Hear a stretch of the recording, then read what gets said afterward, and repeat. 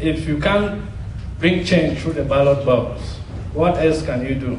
It would be very unfortunate if we leave the citizens, our fellow compatriots, with the impression that change could never come about through the ballot box. That is the worst message that a group of leaders can send to citizens, because then people begin to think of other ways to bring about change. I still think that change is possible in Cameroon through the ballot box. I still think that it is possible. There are a number of assets that we have as a people now that were not there 18 years ago or 17 years ago in 1992. The world has evolved. There are ways that citizens can be mobilized to work for meaningful change in Cameroon through the ballot box and would obtain it. It's doable. You know, I went to Bali College, CPC Bali, and we read Cry the Beloved Country. I don't know if some people in the room read Alan Paton's Cry the Beloved Country about South Africa. You know, and many of us never thought that we would see the end of apartheid in our lifetime. It's happened because of persistent mobilization by the majority of South Africans who wanted change in their country. We all saw the Berlin Wall. We never knew that it would come down. But it came down, not because someone threw a bomb on it. It came down because citizens rallied around the wall and started scraping it with bare hands. And the wall came down. In the last election in Sierra Leone in 2007, we were able to set up a system of parallel vote tabulation where people were spread around the country and we're calling in the results of the elections in Sierra Leone, polling side by polling side, as the polling side was closing and the counting was happening at the polling side. And all you needed in the command center was five cellular phones, like five cellular phones and a computer. And 6 hours after the polls closed, we were able to determine how the elections had gone in Sierra Leone. If you feel that the only tool in your toolkit is a hammer, you're going to be very likely to see every problem as a nail. You know. And, and even when a fly lands on your central table, you take your hammer to the fly. You crash everything.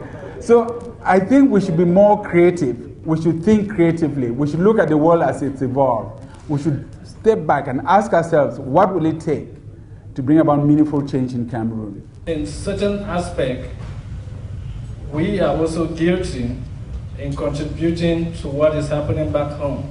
Because if we are not also truthful in certain aspect when we talk about corruption and so on. We sometimes have a problem. Let me just take something very simple. As we drive around town here in the United States, in Atlanta or in Washington, sometimes we're all in a hurry. You're drinking a soda or an orange juice and driving at the same time because you're running late for work. But when you finish your drink, where does the empty bottle go, or the empty can? In your car. You put it in your car until you get home, and then you put it in the trash can. All right? As soon as you get off the airport in Douala or in Yaoundé, you drive in the same car, you drink from your can, and you fling it out through the window. The same individual. 6 hours apart or 10 hours apart, one flight, one day, Saturday morning in Atlanta, you behave one way. As soon as you get off the plane in Douala, you behave another way. We've got some soul searching to do. And sometimes leadership helps set the example. Other times, citizens also have to raise the standards for themselves. There's room for us to build a sense of civic responsibility in our own country. And part of my hope when I project ahead for our country is that we'll get to the point where our leadership can help us set that example. When I look at the issue of corruption today, and the number of government ministers that are being arrested. I'm sick in the stomach. I'm sick in the stomach because these are people who are entrusted with public funds. But I'm even sicker because 5, 10 years ago, a number of people, a number of us, a number of other people used to talk about corruption in Cameroon, used to raise the red flag. The warning signs are there. Let's pay attention. But immediately you said that, people say, show us the proof. And they'll brand you as a critic. And everything that you say will be dismissed out of hand. And today we're paying a serious price for it. So it's going to have to be that combination of civic responsibility and also some leadership. Have you ever thought of the fact that the International Monetary Fund and maybe the World Bank are also responsible for the problems we have in Cameroon? First, I want to thank you for your service to the country and the work that you did with working with the IMF. Part of the frustration that I see and I hear from our competitors working with some of these international financial institutions is that in as much as they want to perform professionally, because that's their employer, they also want to find opportunities to render service to the country.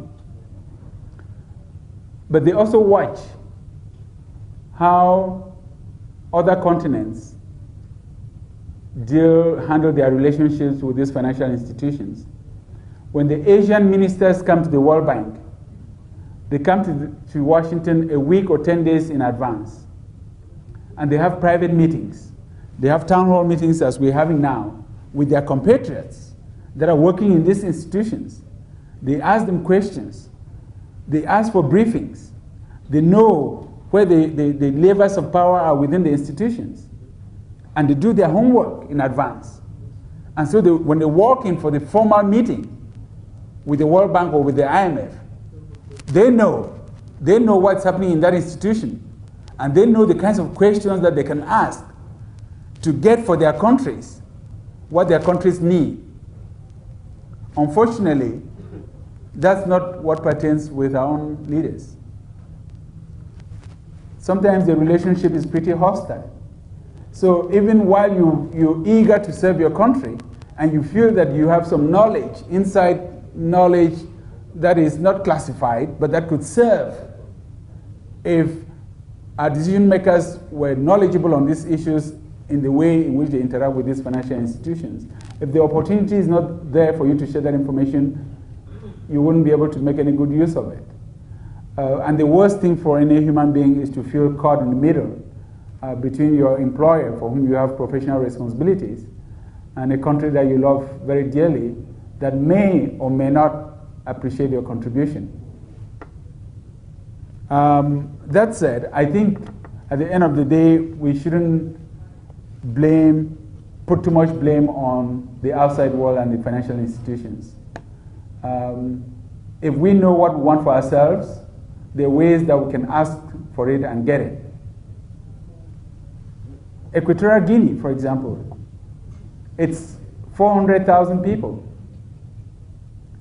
It's the third largest oil-producing country in Africa, after Nigeria and Angola. It's Equatorial Guinea, 400,000 people.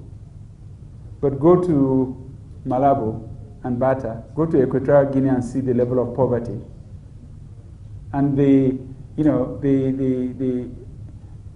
huge gap between the few families that control all the world and the rest of the citizens. Should a country like that blame the World Bank or the IMF for their financial difficulties? No. We have some work to do on our own end.